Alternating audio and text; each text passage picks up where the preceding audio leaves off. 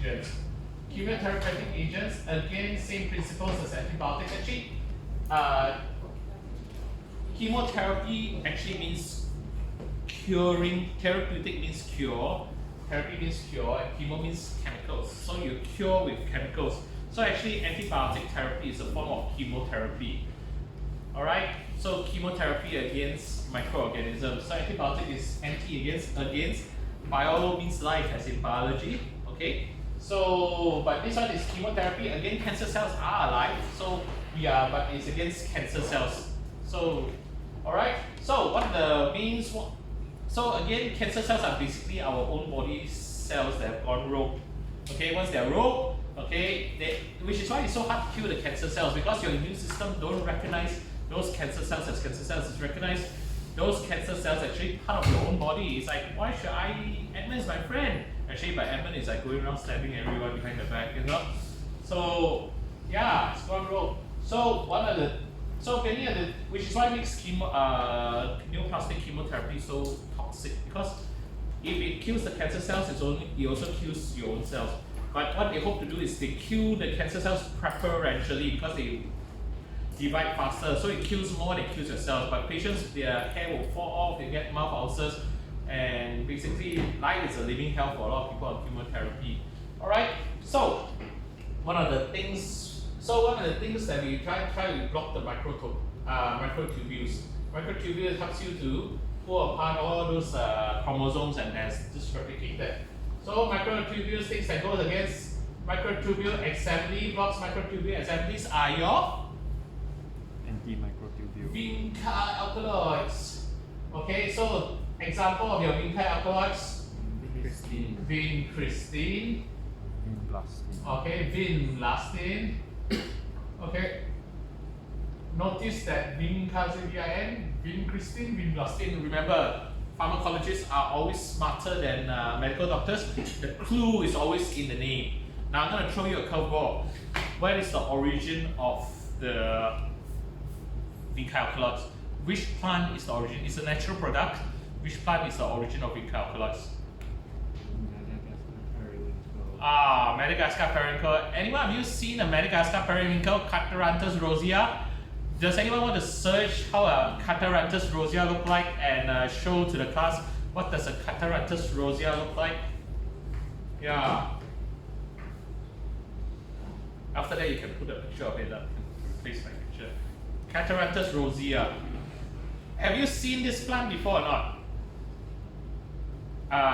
Find the one that's pink color one. White color doesn't look that familiar. Yeah, have you all seen this plant before or not? It's in your grandmother's garden. It is something that's growing in your grandmother's garden, and it's the source. I think every year we could spend close to $10 billion on all these Vinca alkaloids. Alright, so it's something that grows in your grandmother's garden. But unfortunately, you see, your grandmother doesn't just decide that it's a nice, beautiful flower to plant in the garden and look at. Or instead of crushing it up and doing research with the thing. So you can't actually fault the orang putih for doing research on the thing and making money off it, isn't it? Because you've been having this plant for hundreds of thousands of years, and what do you do with it? Nothing.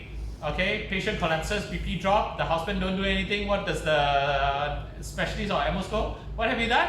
Nothing. Yes, correct. Nothing. Okay, so you can't blame people for doing research in it. So you cannot be complaining, orang putih should do more research in diseases that affect the Asian population. Orang putih should do more research. Why are we depending on orang putih? We must take control of our own destiny. Cannot depend forever on other people to do research for us. Okay, then of course another group is we look at the disassembly. So once they assemble already, we prevent them from disassembling. Then when they can disassembling, then the cells cannot divide. Alright, so the ones that can cause disassembling is the taxanes. Okay, taxanes. So taxanes, Docetaxel, docetaxel, okay, paclitaxel. Okay, notice that the name tax is sitting within the name. So if you don't know even what's going on, as long as you know taxane, you know that paclitaxel, docetaxel is synthetic derivatives of taxanes, and taxanes prevent your disassembly of your microtubules. Okay, where does taxane come from? Yes, who said Pacific Yew Tree? Excellent. Who taught you that? Good, very good.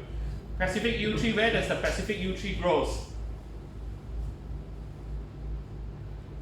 Actually, the whole tree is freaking toxic one, you know. Everything from its leaves and all that sort of thing is freaking toxic one. So imagine there's all these toxic trees, pokok ipola and all that sort of thing. Has anyone done any research on whether pokok ipo can be used to derive some new chemotherapeutic agents? So instead of chopping down all the trees and selling them as logs, if you discover, you know, something from the leaves and then you create a synthetic derivative of it, maybe you can cure cancer or become a new antibiotic, a new class of antibiotics. It's all sitting there in the forest. But what do you do with our forest? We chop it all down and then we get floods because the rainwater just flow down. Alright? So, Pacific Yew Tree, again, it grows in just the US grows in the northwest, so Oregon and Washington State. So again, for a while it was almost endangered because the demand for taxane was greater than the tree can produce, and then but they found a way to create it synthetically. Yeah. So then after that, what else do we do with the thing? Then we talk about DNA replication. So we want to prevent the chromosomes from replicating in the first place. So what are the major ways of DNA replication? So what the major categories? Antimetabolites. So what are the antimetabolites that you know of? Antimetabolites, I think some of this may have been familiar to you. Dihydrofolate, reductase, inhibitor. What's the one we learned in antibiotics? Trimethoprim, isn't it? But for cancer, we use the Methotrexate. So this one prevents. So if I say you have Methotrexate toxicity, what is the antidote for it? Folic acid. Folic acid. Folic acid is activated folic acid because you cannot make folic acid, so you override it and you provide. Okay, no folic acid means no purine production. Okay, I know that actually when I was a medical student also I skipped over the part, the pyrimidine, how the pyrimidine rings will form, how the pyrimidine, we skip over that part. Never mind, 5 questions in the biochem only, you can sacrifice 5 questions. Alright, but if you look at it, why is folate so important? Because it's needed for purine synthesis. Without folate, you cannot make purine. In fact, 2 of the carbons on the purine ring actually comes from folic acid. So, who discovered methotrexate? This one is an interesting one. Who discovered methotrexate? It was discovered in the US. Dana-Farber, you know Dana-Farber? The pediatrics chemo. Oh, you're not interested in pediatric oncology? I hate pediatric hematology. So, you know the Dana-Farber Institute is named after this guy called Dana-Farber, but it wasn't Dana-Farber who came up with the thing. I think Prof. Hani mentioned his name. And Dana-Farber is like the center for pediatrics. Okay, so if you do like, you know, you say you do 6 months, and then Prof. Hani is like, oh, Mirza, why don't you take over my place? I want to retire, but I don't want to retire without leaving a successor. You're gonna reject her straight up. Oh man, you are cruel. It's the last of the list. Ouch! Should I record that? Oh, it's recorded. now you can. Then you say, I'm gonna play this to Prof. Hani. You can play the Prof. Hani. Okay, so Mirza, every month you must give 200 ringgit to Edmund and Eugene. Okay, remember everything is recorded, so I shouldn't be too honest with your opinions. Ouch. Okay, but who came up with methotrexate? So aminoterine was the first drug line, and then methotrexate was the subsequent reiteration. Come on guys, you have to search it, you have to be active learning. Active learning means you have to look for an answer a bit and answer. I direct you, but you have to active learning. Who is it? Prof. Hani's teacher. Sydney Faber. Sydney Faber. It's not Sidney Faber, he's the first one to use it for pediatrics leukemia. Yellapragada Subbarow. He's actually a Telugu guy. He's a Telugu. So he was an Indian fella from India, Telugu, but because his medical degree was from India, so they didn't recognize it, so he couldn't see patients like what Darian said the other day. If you are observership, you can't touch patients, you can't talk to patients even. So he was working in the lab and he was the one that discovered. So he was an Indian gentleman, a Telugu. Yeah. Hey, Chuni, are you Telugu or you're tough Telugu lah? So you go and tell your father, hey, you know there's a Telugu guy who's the one that came out with this or not? Does he know? He says, yeah, you don't know. See, my Chinese lecturer taught me one. It's the Telugu that discovered Methotrexate. So every time hey, Chuban, every time you see someone use Methotrexate, they say Telugu pride. Telugu pride. Hey, where got you futsal pride? No, not futsal pride. Don't have futsals. Okay. But anyway, enough of that. Then the next one is the Thymidylate synthase inhibitor.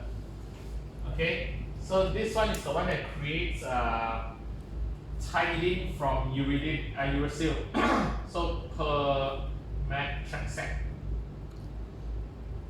I think this one rare. Adults chemotherapy, they use it quite often, probably, but usually it's a second line sort of thing. Okay, then so this one are the antifolates. Then you have the antipurines. Okay, remember what are the purines? I taught you before what are the purines. Adenosine and guanine. So you remember Gapor.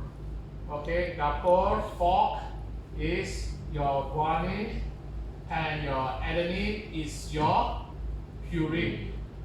Your pyrimidines. Cytosine.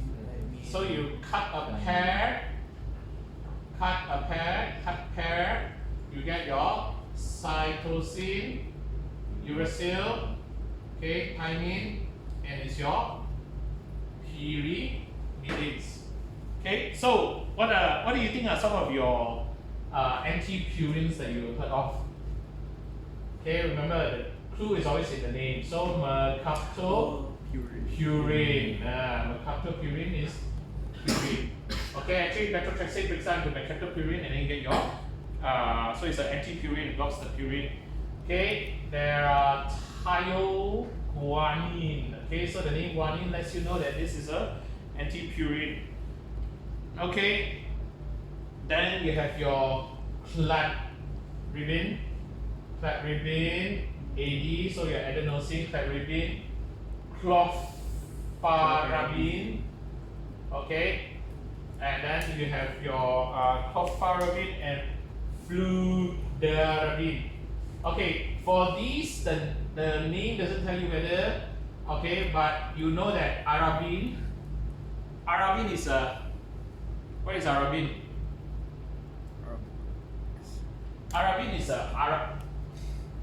Arabine is it comes from arabinose. Arabinose is a 5-carbon sugar. It's a pentose, just like Arabine is a pentose.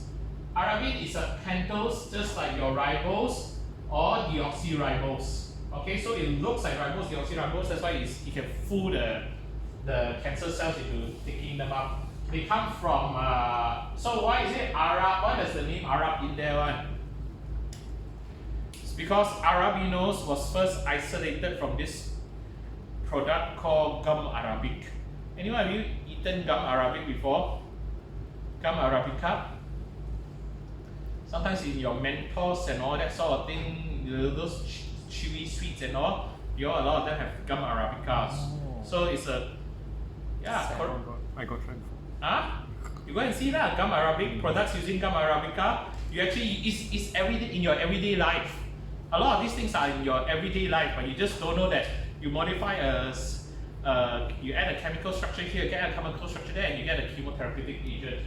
So all these arabine, they have arabinose sugar, which comes from gum arabic. So if you eaten all the sweets, a lot of them, the chewy sweets and all, Mentos and all, they all have gum arabic in them. Alright, Clofarabine actually have a chlorine and also a fluorine, chlorine and fluorine. This one just only a fluorine. Okay. Serious, the whatever is like it's always in the name one, and we know how toxic chlorine is, isn't it? So one of the first poison gas that's used in World War I was just pure chlorine. You know the chlorine that comes from your what you call from your swimming pool is if you want to poison yourself, they have this chloride, the powder, you just pour water in and sniff it in and your lungs yeah, you'll be gurgling all that thing coming from your lungs. That's how they first do. Okay, so these are your antipurines. Okay, your antipyrimidines. What are the example of your antipyrimidines? Okay, your Gemcitabine. Okay, what do they have? Capecitabine. Alright, Azacitidine. And then Decitabine. Alright. So what do you notice about this pattern? So what do you think is the thing that's closest to the Cytosine, Cytosine. yeah, Cytidine, Cytidine. Most likely you are a fan of Cytosine. Alright, relative of Cytosine. Alright, then you have camphor, tegafur, fluorouracil, okay, that doxyfluoridine, and our next friend is floxuridine. Okay, what do you notice? Notice So these are your uracil or uridine. They are all your uracil, uridine, what you call homologs. So they have the same structure, so they full into it. So you just ask them, hey, Dad, give me anything, name me the drug. Take a photo. Okay, uracil, uridine analog. And it's like, don't believe me, check. Correct. Yeah. And then all the arabine, there's an arabinose sugar in it, so that's why Arab. Okay, it's not because some part Arab, they got it from some part Arab, but actually literally it's because they first got the gum arabic from the Arabic traders. That's why it's called gum arabica, and then it more from that also. Yeah. Alright, so these are all your antipyrimidine. Now, remember I told you about have I taught this group about the HIV drugs? I haven't taught you. Okay, come, let's do some magic. Alright, so nucleobases, how does nucleobases become nucleosides?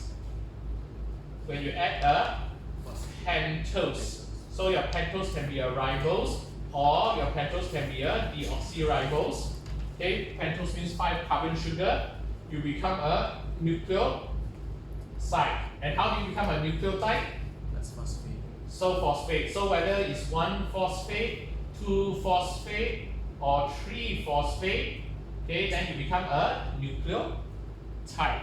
So examples of nucleobases. So purine nucleobases include guanine, okay, adenine. Pyrimidine nucleobases include cytosine, okay, uracil, and thymine. Once you have a carbon added, when you become nucleosides, the name change slightly. So now this one is guanosine, okay, adenosine. You may be familiar that this is used in SVT, and this is the same adenosine, breaks down very fast. Cytosine, because it's an osine already, it becomes a cytidine. Okay, this one uridine, and then this one thymidine. Okay, and then once they become a nucleotide phosphate, so you got GMPs, GDPs, and GTPs, and then AMP, okay, ADP, and ATP is your batteries of your human cells, isn't it? AMP, ADPs, and all that sort of thing. Ambil gambar. Okay, bye Yumin. I hope you learn much more in your dinner. Okay, sure. Anyway, the video will be recorded. Yeah. Bye. Alright. So, and then remember they all form one, isn't it? So you got ATCG. Okay, at CG. Are you going to cell group this Friday night? Yes, I'm at cell group. That's how you remember that ATCG lah, adenosine with thymidine and cytidine with guanosine lah, ATCG at CG. Where's your sister? At CG. Yeah, ATCG. Easy to remember. Alright. So what are the drugs that are analogs of adenosine? HIV drugs. Let's talk about HIV drugs. HIV drugs and antiviral. We'll just go off for a while. Huh? So, everyone you heard didanosine? So you name as adenosine in the name, isn't it? Adenosine, derived from adenosine. Some more, all the tenofovir, all the fovir. Okay, there are HIV drugs, non-HIV drugs. So what is the non-HIV drug that is what you call adenosine? Adifovir is the old drug used in hepatitis B, now no longer used in hepatitis B anymore. Okay, the thymidines. What are the thymidines? What are the thymidines analog that you know of? For HIV, zidovudine, okay, and stavudine. Non-HIV drugs that's used for thymidine. Again, the names, remember, you must be poetic. That's why we make you learn poetry. Telbivudine. Telbivudine is used for hepatitis B also. Alright. Cytidine analogs. Amtricitabine. Okay, Zalcitabine. Okay, and lamivudine is the odd one out. Okay, lamivudine was created and named in the time before they came out with conventions. So most of the woodine should be thymidine, but this is the only woodine that is a cytidine. Easy to remember? Alright.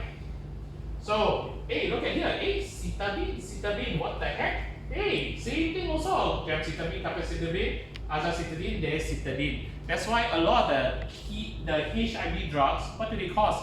Anemia. Why? Because they block the what you call the reverse trans, because they are analogs. So the ribosomes will think that these are the DNA and all this sort of thing, and then when they suck it up, it blocked up all the DNA work. So you get all your mucositis lah, anemia lah, and all that sort of thing. So remember, because everything looks the same, your ribosomes are stupid one. So you fools the ribosome, fools the RNA polymerase, and then it destroys all it prevents the replication and all. Okay, your what you call your guanosine analogs? Abacavir. Okay, so name me a non-HIV one. Come on, which one rhymes with cavir? Used in hepatitis B one. Say it out, boy. Say it out. Don't be. There's no shame in being wrong. Wrong lah. I correct you. Come on, hepatitis B treatment. Entacavir. Excellent. Entacavir. Entacavir. And then you know is because all the cavirs are guanosine, right? So without even looking at it, anyone wants to prove me wrong? Could please go and search out what is the nucleoside analog of entacavir? Which analog is it? I can tell you one is guanosine. Anyone wants to check, see whether I'm wrong or not? Don't believe everything I say, con job. Just like your mom will tell you, hey, you know what, I regret believing what your father said to me, it was a con job. Alright? Yeah. It's always a con job. It's like, after marriage, like, no more flowers, no chocolate, it's like, yes, got you already. It's like, hey, now go kitchen, cook. Okay, what other guanosine? Guanosine is one of those rare ones that had a lot of drugs, non-HIV drugs that's produced after it. Come on, name me a common one you always use. Hey, excellent, acyclovir. Yeah. And acyclovir got a lot of relatives, so valcyclovir, okay, ganciclovir. Okay, all these are all guanosine analogs. Okay, used a lot in peds one. Yes. Which one? Acyclovir, ganciclovir. No. There's another one used a lot in peds one, especially for your RSV outbreak now. Now there's an RSV outbreak. You say respiratory syncytial virus. Respiratory syncytial virus is Baltimore classification 5. Oh. Single-stranded RNA, negative sense single-stranded RNA, envelope helical paramyxoviridae family. Because you know it's paramyxoviridae family, so all paramyxoviridae have the same yeah, write it down, I'm sure, and go back and double check and then see whether I'm correct or am I wrong. Come on, ribavirin, used for hepatitis C also. Ribavirin is also a guanosine analog. Yeah, so don't memorize the drug in isolation. Group all the antivirals together and then you realize that they all actually follow a pattern. Everything follows a pattern in medicine. At least the pharmacologists are a bit smart because they know they have to name a lot of things, so they make sure they leave the clue in the name. Whereas doctors will like to name like Dr. Jones criteria. Like what the heck? What does Dr. Jones criteria tell? Hey, Dr. Hong, welcome. Yeah. You can watch the uploaded video later also. For the past few minutes. Okay, anyway. Alright. So now that we've okay, so these are the HIV drugs lah. So the HIV drugs they all follow a pattern one. And the combinations. What are the common combinations of HIV do you know of? Tenofovir and Lamivudine. Anticitabine. So you see tenofovir is a purine analog. Anticitabine is a pyrimidine analog. So they always try to find things that is an analog of one from each. And then if you look at lamivudine, abacavir, we also have lamivudine. So abacavir is a purine. Lamivudine is a pyrimidine analog. So what have you created? You have you have two NRTIs, but one NRTI should be a purine analog, and another NRTI should be a pyrimidine analog. Only in the early days of HIV, when we were treating with zidovudine, lamivudine, these are the only one that both are pyrimidine analogs. But all subsequent combinations are purine analogs with pyrimidine analogs. Now you know why there are two NRTIs? You don't give two because I'm a drug company, I want to make more money. You take two so that you will get a synergistic effect because one blocks the purine, the other one blocks the pyrimidine. It makes sense, isn't it? Not everything is about the money. There are actually some noble people out there. Okay, so don't say like, why is there two NRTIs we use? Or because we want to, oops.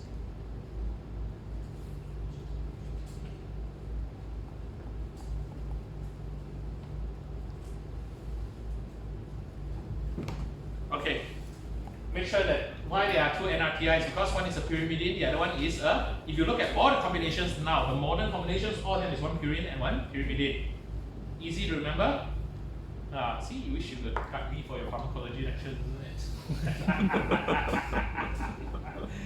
Alright, let's moving on. Okay, now we'll move on. So, okay, let's padamkan this a bit. Okay, so anyone that ambil gambar? I should charge 5 ringgit per picture, isn't it? It's a copyrighted trademark.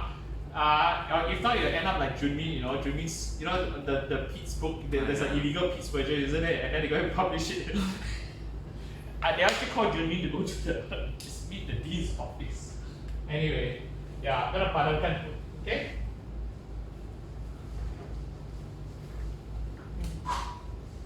Alright. So, what are the other things that block the DNA replication? So yeah, antimetabolites, folate, purines, and pyrimidines. And then the other things that block the DNA replication. Okay, so the ones that block the topo isomerase. So what is the use of topo isomerase actually? Stabilize the.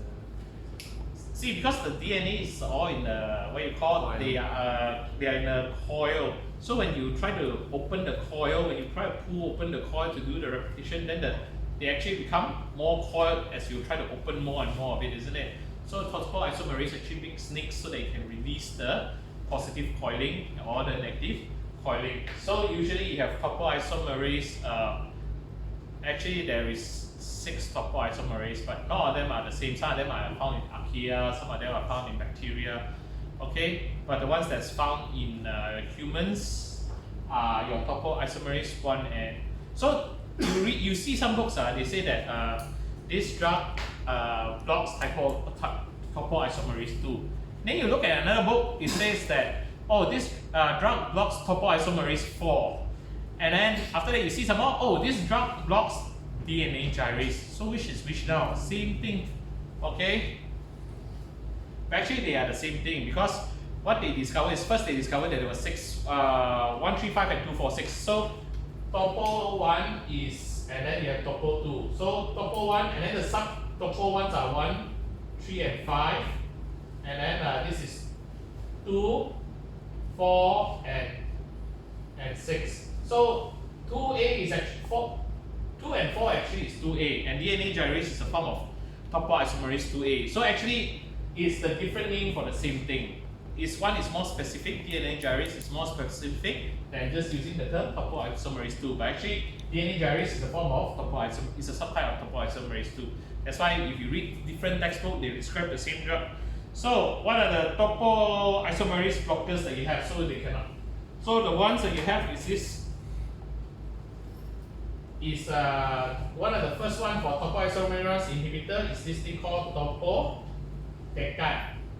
Topo means topoisomerase. Tecan, where does this tecan come from? Topotecan comes from the tree. Okay, the species name is Camptoteca acuminata. So tecan comes from here. So Camptoteca, you take the name teca for the name, and the fact that it blocks topoisomerase 1, topotecan. So topotecan, one of the derivative is irinotecan. So tecans, all the tecans are the ones that's used as last line chemotherapy lah. So Camptoteca acuminata is found in Thomsan. So Camptoteca, correct lah. Camptoteca acuminata is found in Thomsan. So when they say balik Thomsan, it's balik here to find your Camptoteca lah, not found in Malaysia. Alright. So when you have topoisomerase 2, the tree that comes from is podophyllum. Phylum means leaf, podo means feet. Remember podocyte? The more minimal change disease, the podocyte is effaced. The podocyte is, why they call it podocyte? Because it means feet cells. Okay, anyone has a picture of podophyllum? Go and search up podophyllum. Okay, podophyllum, and then you tell me, does the leaf look like a feet?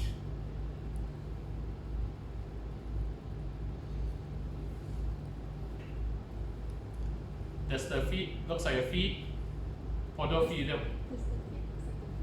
No lah, it doesn't look like a human feet. It looks a bit like the chicken feet like that, isn't it? The dinosaur feet like that. Okay, so that's why it's podo feet leaf. The leaf that looks like a. So the ones that. So the example is etoposide. Again, you see the name topo in there, so you know it's a topoisomerase inhibitor. So always remember the clue. What's the mechanism of action of etoposide? You look for topoisomerase. You look for the one that has the name topo. Whichever answer has the what has the 4 letters topo in there, you know it's the correct answer lah. Ding ding ding ding ding. Free pharmacology answer. So now you wish you score higher for your pharmacology, right? That's why you must look at patterns. Don't just blindly memorize the thing. Okay. And then finally, one of the things that block topoisomerase is also your anthracyclines. Okay, so example of your anthracyclines. All the rubicina, rubicin, okay, doxorubicin, okay, epi, rubicin, rubicin. Okay.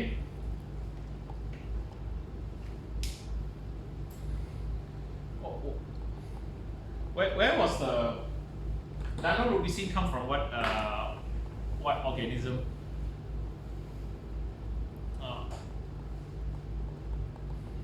Search. Make you all do. Dinorubicin come from what organism?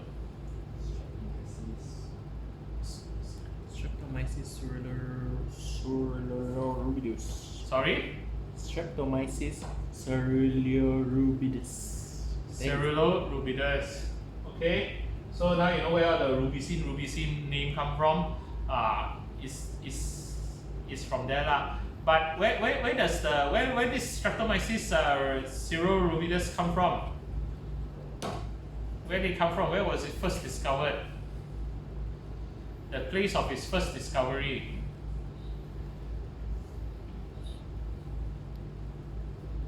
Not Malaysia. Not Malaysia lah. Not everything from Malaysia lah. You know. Sorry? USA. I know marine sediment, but which country lah? US. Huh? No. Dano.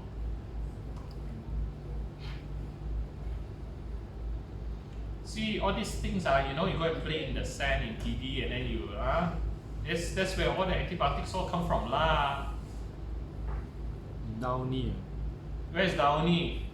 Pre-Roman tribe, Italy. Somewhere in Italy lah. So that's why the Downy, so that's why you have the Dinorubicin. So the name Dinorubicin is named after the Downy people who lives in somewhere in Italy. That's why it's a stage name. Okay, doxorubicin. Anthracyclines are famous for causing cardiomyopathy. Okay, so somehow they are all topoisomerase, but this one is a special topoisomerase that especially attacks the heart. So before you start anything that has doxorubicin, actually most of your chemotherapeutic agents for lymphomas, leukemias, all got doxorubicin. You have to have a baseline echo before you proceed, because you don't know whether the patient heart failure is because of the prostate cancer or the heart failure is because of your drugs. Okay, so that's why you must have a baseline echo. Okay, hey, so this weekend you think you can go back and challenge your dad or not? Why? Study harder lah. Or you ask your dad, hey, ask me any chemotherapy agent, I can tell you what's the mechanism of action. Press him a bit lah, and oh my son, you are my true son. You are my fixer before this, now you're officially my son. Okay. Then finally, what the last group of what you call chemotherapeutic agents? You have your alkylating agents. So alkylating agents, these are the ones that change the structure of the DNA so that the polymerase cannot go away. So example of alkylating agents. Okay, excellent. So you have the platinum. What is platinum actually? So in your what you call in the elements of periodic table, you have copper. Okay, you have silver, and you have gold. Copper, silver. Copper is used to make bronze. Okay, silver is silver and gold lah. That's why your Olympic medals is bronze, silver, and gold. All right, and then what is the column before CU? Okay, Mirza's favorite place. K plus. What is your favorite place? Pits. Yeah, in Pits. In Pits, which is your Nickel. Before no, serious. See, you don't believe you open the periodic table, the periodic table elements. Okay. Okay, so you always remember copper is just big bronze, so it's copper, silver, and gold. And after that, nickel. So it's nickel, palladium, and platinum. So platinum is actually the element that's just before gold. Oh my god. And it is as if I don't know lah. Girls, they only know gold. So guy give gold, he's like, hey. But some guy, let's say two guys go after the same girl. One guy gives platinum, the other guy gives gold. Who will the girl choose? He will use 95% of the time the girl will choose the guy who brings gold. But the smarter girl will take platinum. Excellent. Okay, so if you want a ring, don't ask for a gold ring, you ask for platinum. But if the guy say, I buy you white gold, don't take white gold. White gold is rhodium. It is worthless. Okay, don't take white gold. White gold is worthless. You want platinum. Platinum per gram is more expensive than gold. Okay, I just spoiled the market already. Tell all your girlfriends, okay? So don't be fooled by white color looking thing. It's not valuable. I want the yellow color. No. Okay? Platinum. Yeah, platinum is more valuable than gold. You ask your mother lah, you don't believe. But that's how you remember the.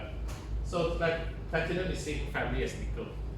Alright? So, but platinum, what is platinum used in the car? Alloy. There's a special place that platinum is used in the car. This one you will actually study if you did Form 6 Bio.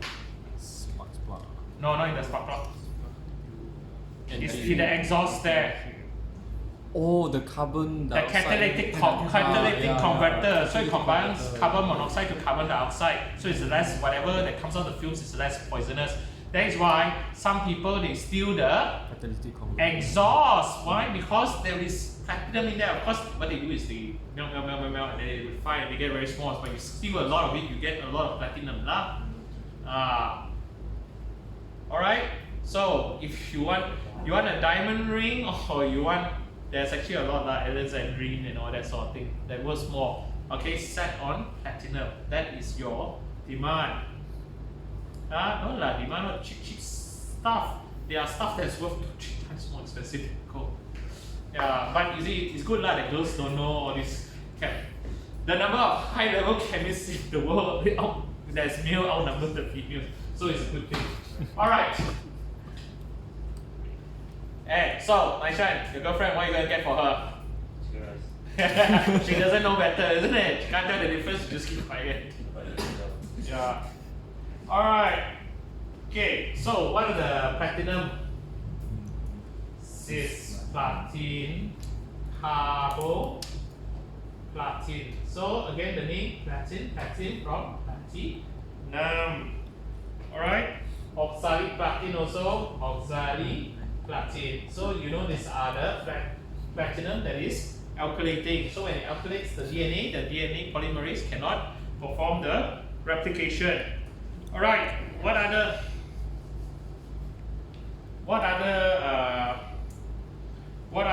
alkylating agents do you know of?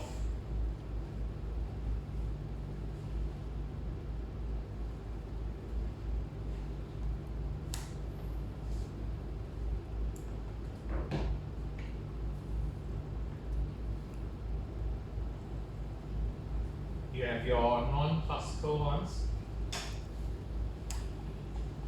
So your non-classical ones, you have your hydrazine. Anything with AZ are triazine. Anything with the word AZ in it means? AstraZeneca. No, nitrogen. Okay, hydrazine. Okay, is nitrogen. Hydra means hydrogen with nitrogen. This one triazine, that means there's 3 nitrogens, and E means there's a double bond. Okay, so these are your nitrogen with double bonds. They are very active. All right. So examples of hydrazine is procarbazine. Okay, and then triazine is dacarbazine. Okay, or the azine, procarbazine, dacarbazine. So they have a active nitrogen that attacks the DNA and prevents the polymerase from happening. Okay, what other things? You have your intercalating agents. Okay, again they come from this family Streptomyces. Streptomyces is actually one of the most important families, okay, of bacteria there is. Almost all, half your things all got Streptomyces production in it one. So if you use Streptomyces parvulus, you get Actinomycin. So mycin will tell you that this is from the myces. Just now your doxorubicin and all, they all came from also a Streptomyces, isn't it? Correct? Strepto means chain. Myces at first they thought it was a fungus lah, and now it's turned out to be a bacteria lah. Okay, and then your other Streptomyces verticillus, you get your bleomycin. So another name for all this group is actually sometimes they call them the antibiotics. They are the antibiotics that's used as chemotherapy agent. So at first they use it to try to kill the bacteria, but realize they kill the human cells. They are more toxic to the human cells than to the bacteria sometimes. And then they realize, hey, can be repurposed as a anti-chemotherapeutic agent. So a lot of drugs are actually repurposed drugs. For example, one of the most famous pediatrics drugs that has been repurposed now is thalidomide. So how does thalidomide cause autophocomelia? Phocomelia means limbs, phoco means shortened limbs. So all those people with thalidomide are the most, I think, the guy Nick Vujicic or something like that, he has phocomelia, okay? He has phocomelia. I'm not sure whether it was due to thalidomide or not, but he has phocomelia and became a motivational speaker that, you know, you can overcome disability to be something that you want. So that's phocomelia. So what it does is actually blocks your VEGFR, vascular endothelial growth factors. So that's why the blood vessels cannot form. And when the blood vessels cannot form, your limbs cannot form, they will just drop off lah. Okay? Then they realize that, hey, all these drugs are actually quite useful against cancers. And now you use all this thalidomide against multiple myeloma and all that sort of thing. So if in the adults, you don't have that much new vessels growing, except in the cancer cells. So it actually is very useful against cancer cells. So thalidomide, originally used as an antiemetic, okay, then it turned out they cause phocomelia, banned for a while, 20-30 years. Then now now in the early 2000s has made a reappearance as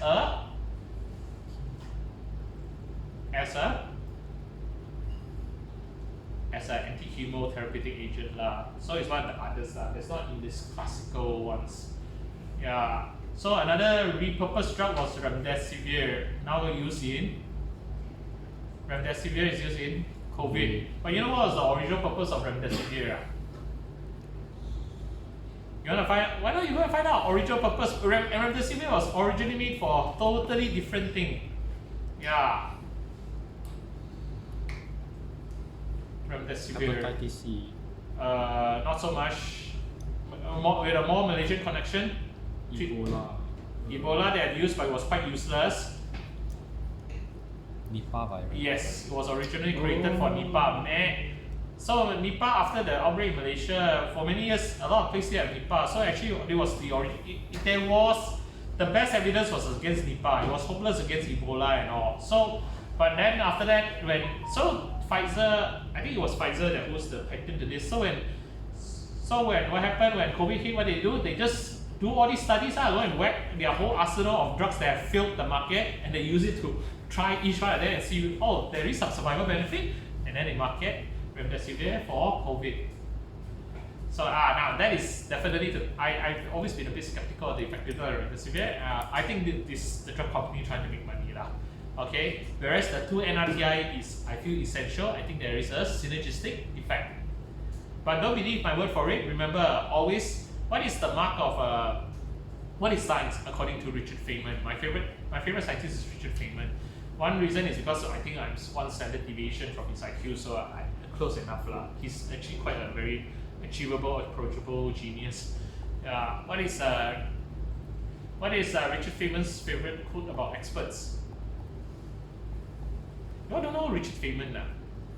You all should know who Richard Feynman is lah. I'm sure your dad knows Richard Feynman. Science is the belief in ignorance of the experts. Excellent. So at first the experts say that the Earth is flat. Then you have to prove them wrong. For many years they say, hey, this cannot be done, this cannot be cured, that cannot be cured. Then until someone did it, correct? Flight is not possible. Then someone did it. If we waited for the experts to discover a lot of things, nothing would have happened. Experts say Prusiner is wrong. Cannot be that there is a what you call an infectious agent that is just proteinaceous in nature. Correct? But in the end, who was correct? Stanley Prusiner lah. You all know who's Stanley Prusiner? The guy who discovered prions. Stanley Prusiner, he was literally was a pariah for 20-30 years because people thought he was a crank and fraud.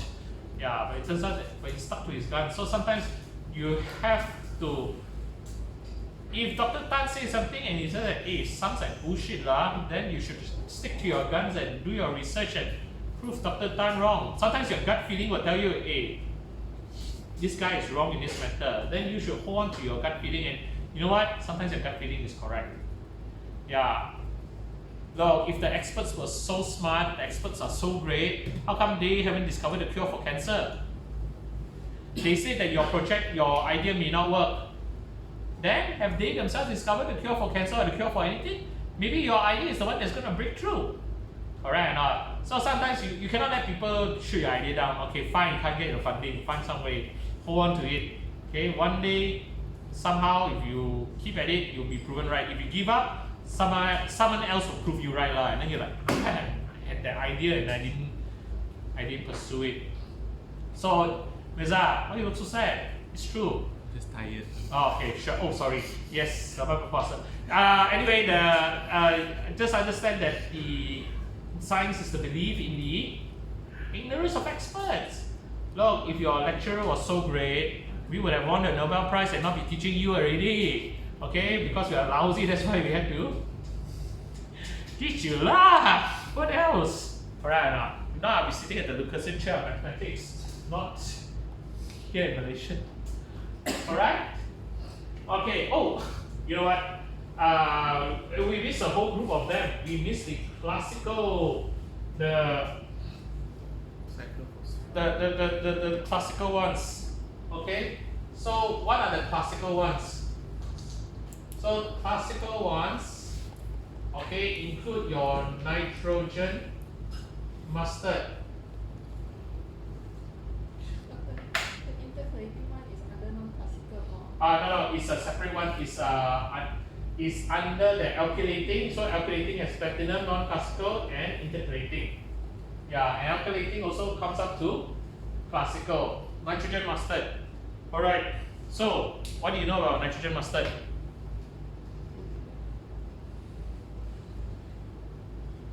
No. Hitler is Second World War. This is the First World War. Okay? Nitrogen mustard was come up with this guy. His name is Fritz Haber. You know, remember Haber process? To create ammonia from the nitrogen in the air. That guy won the Nobel Prize. But there was a reason. His wife killed herself, you know. You know why? Because it was used in the World War. No, where got ammonia used in the World War? Ammonia is not a poison gas, right? It's stinky, but it's not poison. Okay, so Fritz Haber is a brilliant chemist. So he of course he discovered the Haber process, but because he's a very brilliant guy and he wanted to fight for the fatherland, so he was also involved in poison gas. The use of poison gas as a weapon. Okay, so he's one of those people. So he's the one that came out with mustard gas. Why is mustard gas called mustard? Yellow color. It's not because it's yellow, it literally smells like mustard. You know, have you ever tasted mustard? You know the mustard, the yellow stuff there? And then it smells, tastes like mustard, but then your lungs will start filling up. Okay? So then they realized that so of course there were a lot of soldiers that died, but those who survived, what happened to them later was they developed leukopenia. So some bright fella out there realized, look, if let's say mustard gas can cause leukopenia, why can't we use a derivative of mustard gas to treat leukemia, which is basically too many white cells? So you've got too many white cells, I give you a mustard gas, then you go down to normal lah. Alright? Of course this was back then lah, but you know back then there was no cure, so patients just go into blast crisis and die very quickly. So actually now they actually managed to prolong, even like Methotrexate, when it first didn't cure the leukemias, but it actually prolonged the kid's life, and it was revolutionary because before that the kids just get blast crisis and die. Now you actually can delay the blast crisis, give the kid another 6 months to 1 year, which was like revolutionary time. Of course, now you say extra 6 months, who cares? Everyone's looking for extra 5 years. Alright, but back then, in the 100 years ago, this was revolutionary. But the mustard gas contained a lot of chlorine. So what they do is they release the chlorine with nitrogen. That's why it's nitrogen mustard. And then they realize it doesn't kill the patients. Okay, so your examples of nitrogen mustard, vinblastine, there the MUST, okay, iformustine, cyclophosphamide, okay, chlorambucil, and melphalan. Okay, so these are all your nitrogen mustard. They are all derivative from the original mustard gas, poison gas. Then another classical one is your nitrous urea.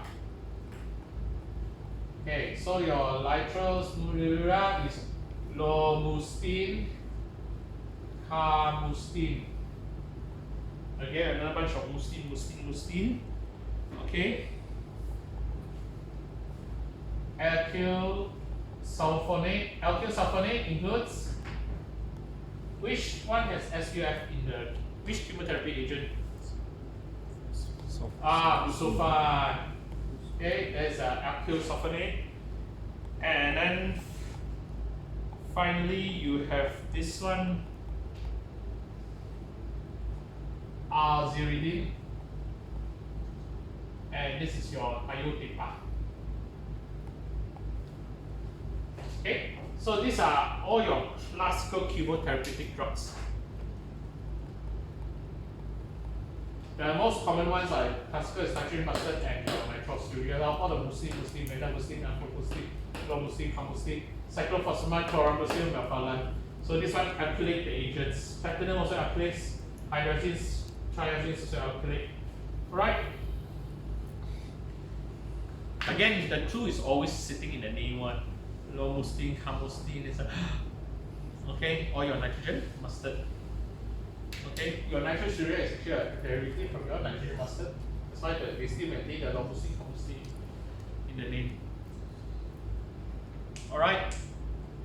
So with this, I think this will cover most of the 95% most common chemotherapeutic agents that that we all have.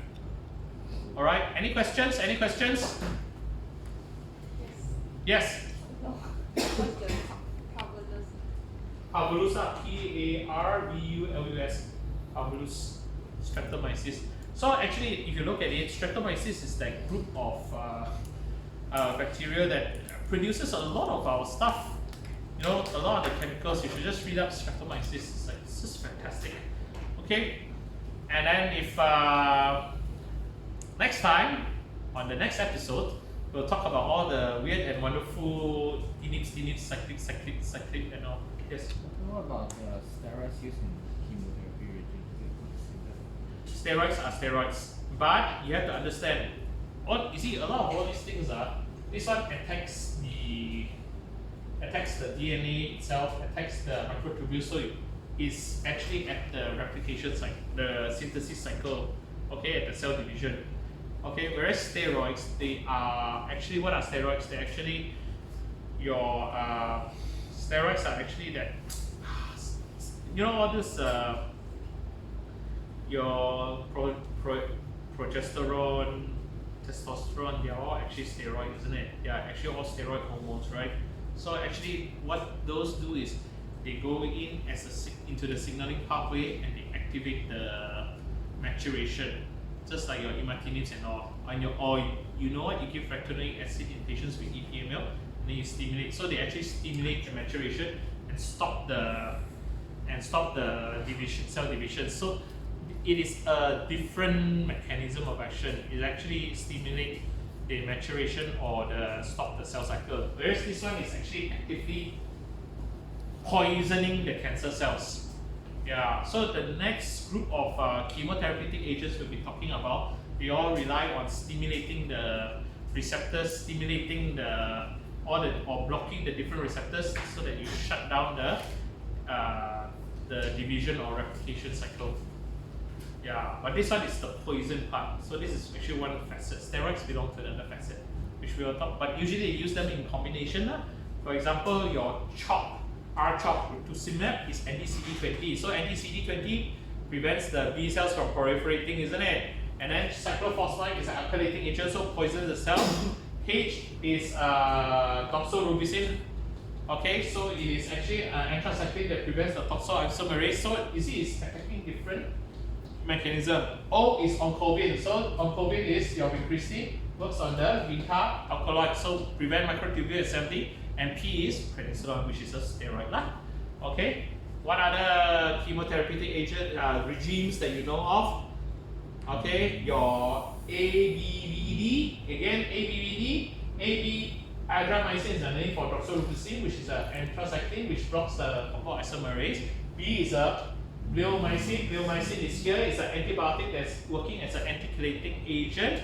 Okay, V is your vincristine, again a Vinca alkaloid, prevents assembly of microtubules. So when you look at the regime, don't just try to memorize the regime. Try to say what each component of the regime does. And then D is your dacarbazine. Dacarbazine is your triazine that's a non-classical alkylating agent. Correct?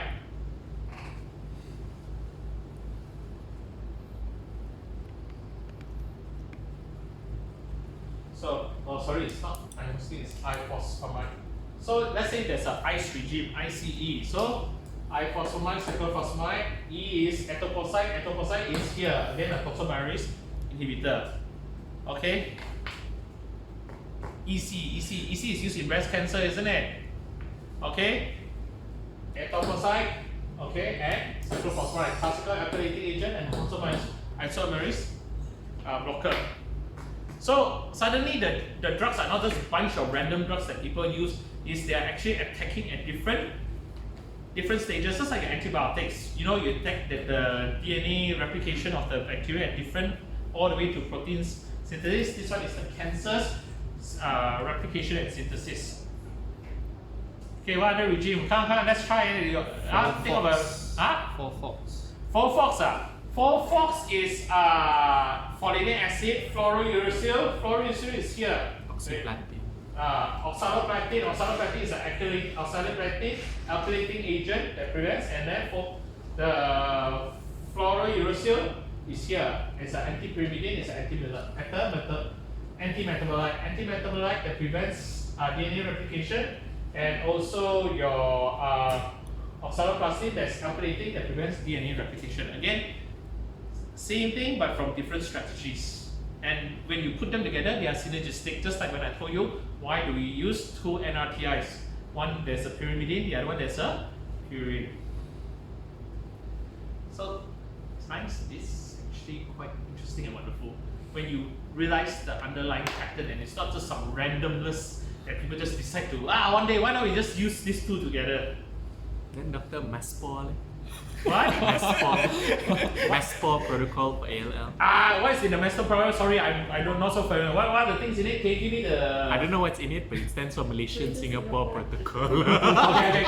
Let's search Malaysian Singapore There's protocol. Dexa somewhere there. There's Methotrexate and Okay, just search it out. Search it out. Got many arms lah, Doctor. There's Maspor. The most common one lah. Most common one. Okay. And the first one that comes up, honey arifin. Why you her? She's No. I mean, I'm reading the article. The article I don't okay. ADE What's ADE? me no oncologist, me just general physician that, but I seek to understand my chemotherapeutic drugs. Okay, and if you understand the chemotherapeutic drugs and how they work and why they are so named, okay, the mechanism of action is always sitting inside the name. Correct or not? So don't just use your memorize until you cry. I cannot finish memorizing, and then go there and hug the book and cry to sleep. Don't do that. Take a step back, have a Kit Kat, have an ice cream, and look for patterns. Charles is very good at looking for patterns. it's what you do in classical music, right? It's just patterns, right? And then you repeat the patterns, and then you know this note, you go up. Then after the next time you repeat it, you what's the word for it? You resolve downwards, resolve upwards. Next time you repeat it, resolve downwards. So classical music is like that. That's why it's important to learn classical music. You actually learn to recognize patterns. Hey, come on, give me your minds for. Vincristine. Okay, Vincristine. So Vinca alkaloid prevents microtubule assembly. Okay. Asparaginase. Okay, asparaginase is one of those. Asparaginase is one of the what you call. Maybe I should talk about because that one is amino acid that's modified.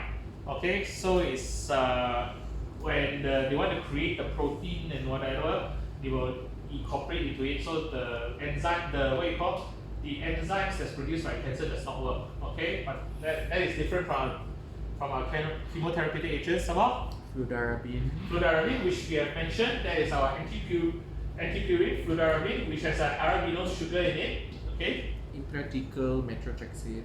Methotrexate is a dihydrofolate reductase inhibitor, again another antimetabolite. Prednisolone, again steroid lah. Okay.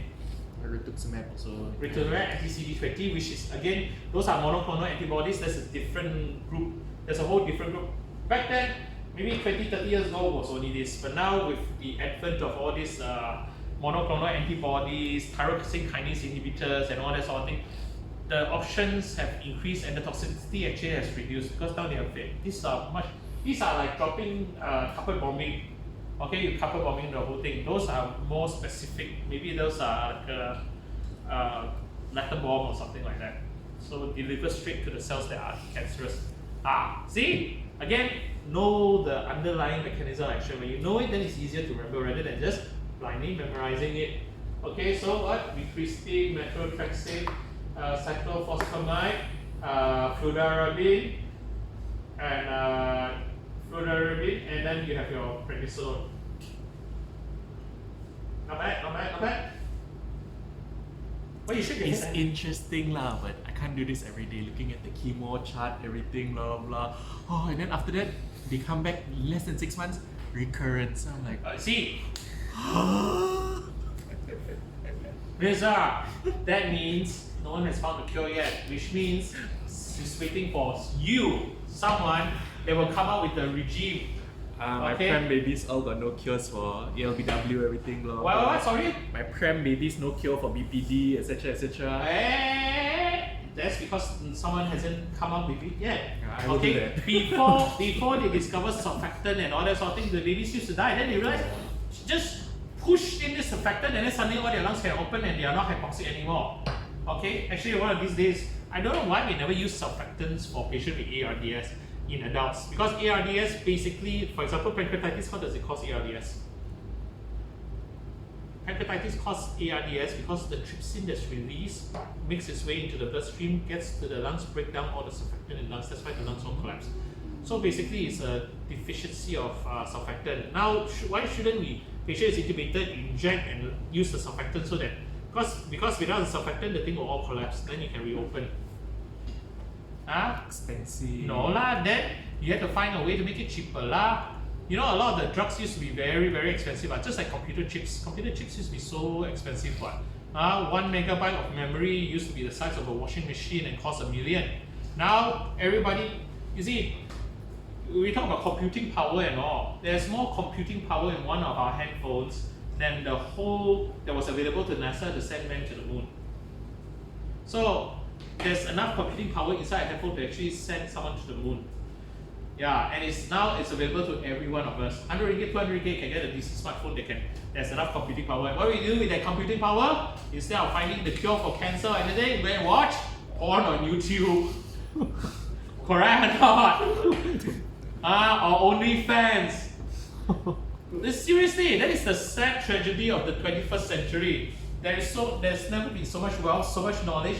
Everything is available online if you want to find. Last time you were hey, what is this course? Okay, then they will send one of the house officer run to the UM library and look up in Really? Harrison's, seriously, they used to send someone to run to the library to look up Harrison's, and that Harrison's will be 2 or 3 editions old because that's all UM can afford. You send the houseman now to go to the library, they wouldn't even know where to go to the library. They won't even Not come even know back. what book. 6 hours later, they still haven't come back. Where did the husband go? Hasn't come back. Now what do you have? You have 1,000 books, medical textbooks in here. You have up to date. There's so much knowledge. So what? ChatGPT. Huh? ChatGPT. You can use ChatGPT. You know what? ChatGPT will be. Oh, actually. ChatGPT would be. You see, ChatGPT is only you cannot create new knowledge. It's only what is there. So it probably make everything very efficient. But what we need to do is do what I do is you notice the patterns and you tell ChatGPT cannot find patterns. It's still maybe one day they can, or maybe another 6 months they can find patterns. But it's still the domain of the human mind, creative looking that we can analyze and look for patterns. Okay, and discover new knowledge. So in the future we probably don't need house officers anymore already. Sure. Okay, what we need is actually people who can generate data that feeds into ChatGPT and curate the data, because you feed rubbish to ChatGPT, but then ChatGPT can come up with some super racist stuff, okay? Alright?